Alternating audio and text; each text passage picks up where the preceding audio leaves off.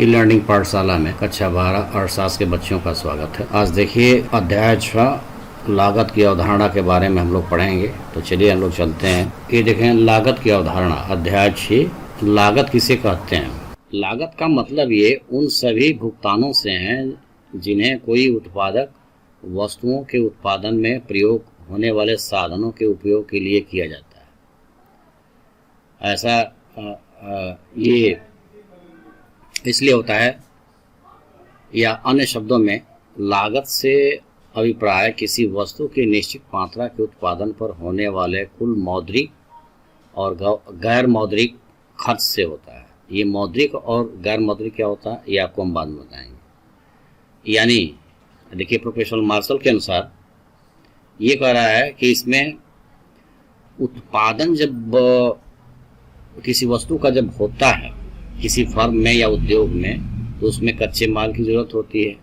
ये देख रहे हो कच्चे माल और मजदूरी, वेतन, पूंजी पर ब्याज, लगान, और जो मैनेजर होता है जो अपनी सेवा देता है उसके बदले जो उसका तनख्वाह मिलता है यानी वेतन है ना, ये सभी या टैक्स जो जमा किया जाता है, इन सभी को जो है जोड़ने पे जो कुल खर्च आता है उसको हम लागत कहते हैं।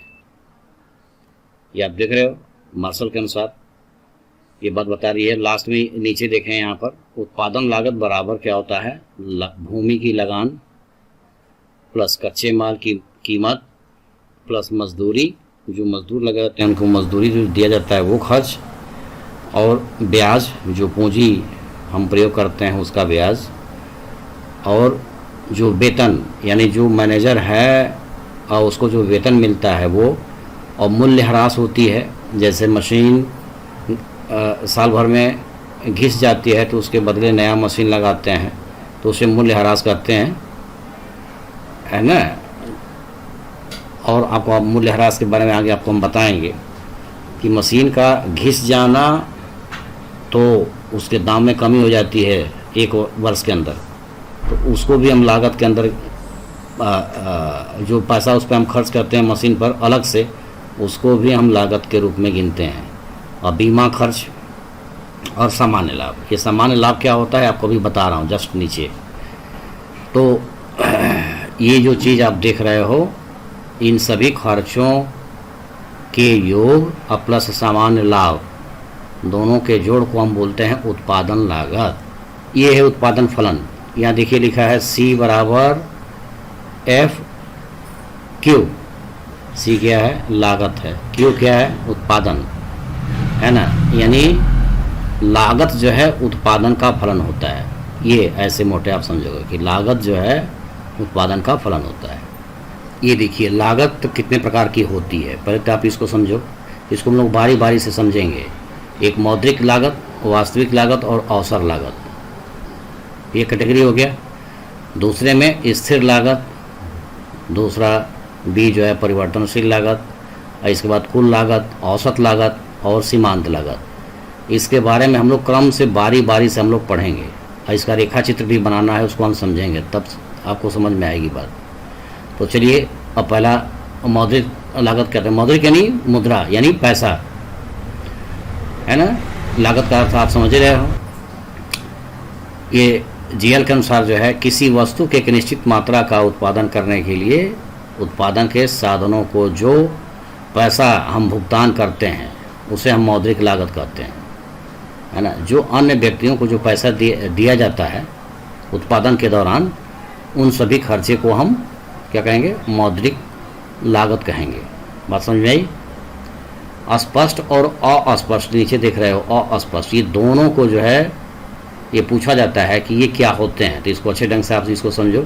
अस्पष्ट लागत का अर्थ होता है कि जब किसी वस्तु का उत्पादन जब होता है, ध्यान से समझोगे आप मेरी बात, तो उत्पादन के दौरान जो पैसा हम खर्च करते हैं और वो खर्च जो है किसी अन्य व्यक्ति को जो हम खर्च करते हैं या उनको देते हैं, तो उन सब के खर्चे के टोटल को हम स्पष्ट लागतें कहते हैं जो अन्य व्यक्तियों को दिया जाता है।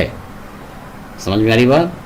वही बात यहाँ देखिए लिखा हुआ है, देख रहे हैं कि जो फर्म द्वारा बाहरी व्यक्तियों को उनकी सेवाओं और वस्तुओं के बदले दी जाती है उसको हम स्पष्ट लागत कहते हैं। अब इसमें 3 टाइप की होती हैं स्पष्ट लागत में, देखेंगे उत्पादन लागत और विक्रय लागत और अन्य लागत। तो उत्पादन लागत में अन्य व्यक्ति को कैसे किस किस क्षेत्र में इसको हम पैसा दे इसको हम देते हैं।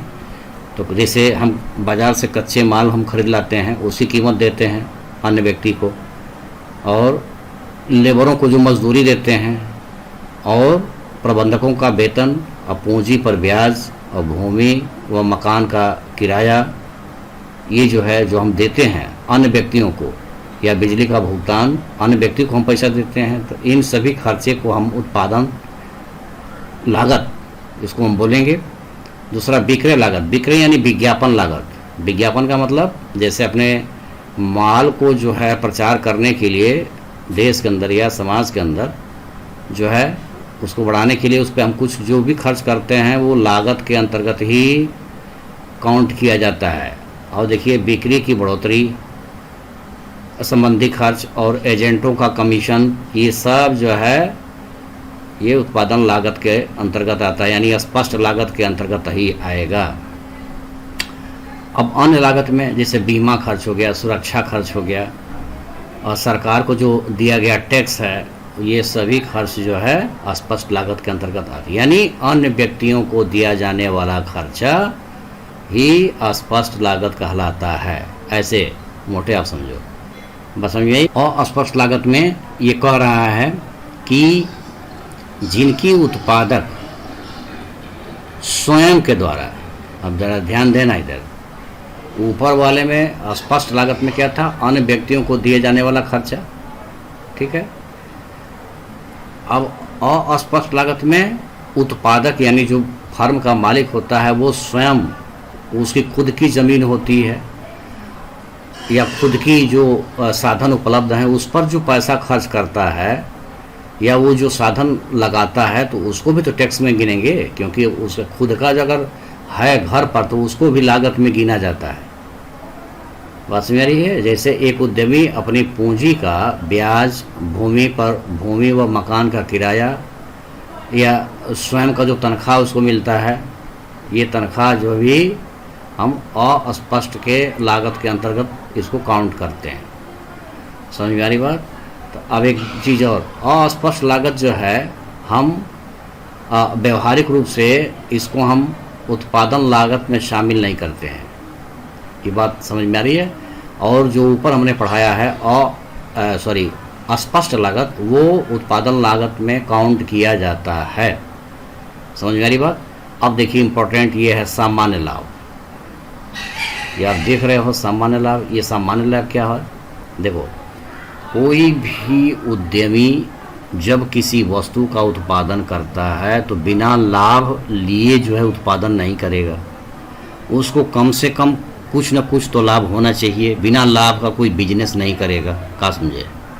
तो कम से कम वह लाभ जिससे उसका बिजनेस चलता रहे हमेशा, 10 साल 20 साल, उस लाभ, उस न्यूनतम लाभ को ही हम सामान्य लाभ कहते हैं, जिससे वो उद्यम अपना कई सालों तक चलाता रहे।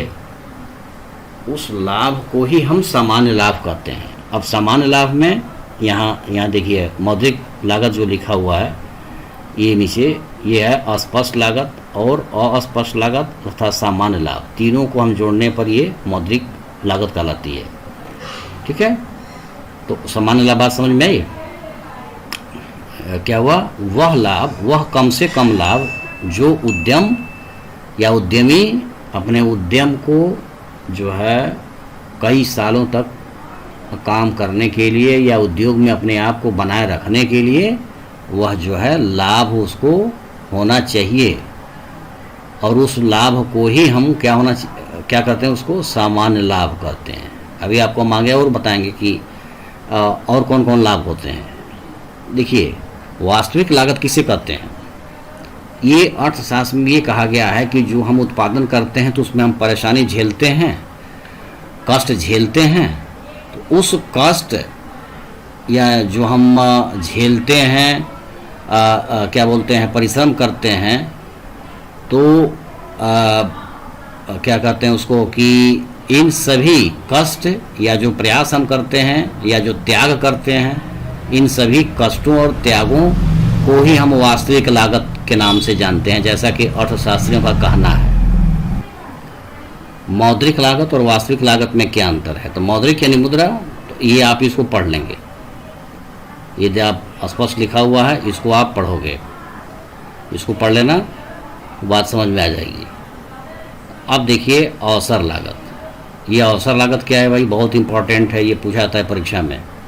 अवसर का मतलब ही थोड़े होता है कि किसी चीज़ का अवसर होने पर तुम कुछ भी कर दो, ऐसी बात नहीं है। देखो अर्थशास्त्र में लागत का क्या मतलब है और लागत में अवसर लागत का क्या मतलब है, ये देखिए। इनका कहना ये है कि जब हमारे समाज के अंदर या उद्यम के अंदर साधन सीमित हैं, जैसे मान लीजिए कि एक किसान जो है अपने खेत में जुताई करता है, तो उसमें ट्रैक्टर का भी यूज़ करता है, तो ट्रैक्टर तो साधन हो गया, है ना। तो ट्रैक्टर जब साधन हो गया तो ट्रैक्टर से वो कई काम कर सकता है, अपने खेत की जुताई कर सकता है और उसी ट्रैक्टर से अपने माल को बाज़ार में उसको हम ढो करके ले जा सकता है।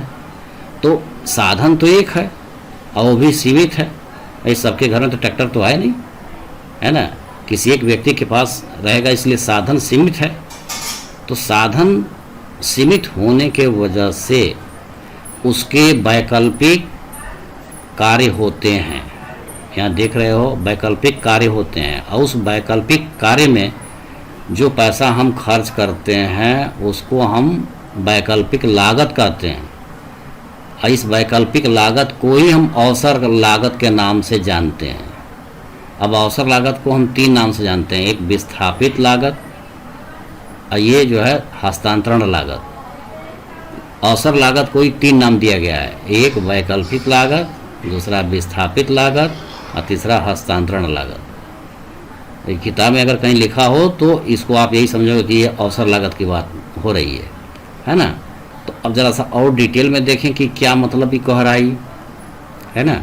उदाहरण में देखिए, यहाँ पर किसी एक खेत में गेहूं, चावल तथा जौ का उत्पादन किया जा सकता है ना। किसान उस खेत पर गेहूं उगाने का निर्णय करता है और चावल खेत का वैकल्पिक प्रयोग है, यानी उस खेत से चावल भी पैदा कर सकता है ना। तो इसमें गेहूं का उत्पादन करना सर्वश्रेष्ठ विकल्प है, यानी गेहूं और चावल दोनों हो सकते हैं खेत में, लेकिन जो वैकल्पिक जो उसका सर्वश्रेष्ठ विकल्प जो है वो है गेहूं का उत्पादन करना, है ना। तो ये कह रहा है कि गेहूं, मान लीजिए कि एक खेत में 50 कुंटल गेहूं उत्पादन हुआ और उसी खेत में चावल जो है आपका 60 कुंटल हुआ, ठीक है, 2 वस्तु के रूप में। तो वस्तु के रूप में अवसर लागत किसे कहते हैं वो तुमको मैं बता रहा हूँ, ठीक है। तो कहेंगे कि 50 कुंटल गेहूं का अवसर लागत 60 किलो चावल के बराबर अवसर लागत कहलाएगी। किसका? गेहूं का। यानी इसमें हम पैसे के रूप में अवसर लागत की बात नहीं कर रहे हैं, हम वस्तु के रूप में हम अवसर लागत की बात कर रहे हैं। बात समझ में आ रही है? तो गेहूं का, जैसे 50 किलो गेहूं का अवसर लागत जो है 60 किलो चावल के बराबर लागत कहलाएगी। किसका? गेहूं का। यदि चावल का उत्पादन का त्याग कर दे तो त्याग तो करना ही है, क्योंकि एक बार में जैसे हम कहते हैं कि 50 किलो गेहूं हुआ तो हम कहेंगे कि भाई अवसर लागत उसको क्या कहलाएगी, है ना। तो आप ये कहते हैं ना कि भाई इस खेत से जो है चावल भी हमारा 60 किलो हो रहा है इसी खेत से, तो जब 60 किलो होगा तो इसका हम कहेंगे कि गेहूं, अगर नहीं जानकारी है कि गेहूं का दाम ये लागत इसमें कितनी आएगी, तो गेहूं का लागत जो है उस अन्य वस्तु जो चावल है उसकी उत्पादन मात्रा के बराबर कहलाएगी। कहा समझे? यानी 50 किलो गेहूं का उत्पादन अवसर लागत क्या होगा? 60 किलो चावल के बराबर कहलाएगा। बात समझ में आ रही है? तो ये जो है इसमें आपका इतना ही। अब इसमें ज़रा देखिए, प्रोफेसर लेफ्टविट के अनुसार ये कह रहा है कि किसी वस्तु की अवसर लागत उस त्यागी गई वैकल्पिक वस्तु के मूल्य के बराबर होगी जिसके उत्पादन में साधनों का प्रयोग किया जा सकता था। ये आप देख रहे हो, जैसा कि अभी मैंने उदाहरण जो बताया गेहूं और चावल वाला।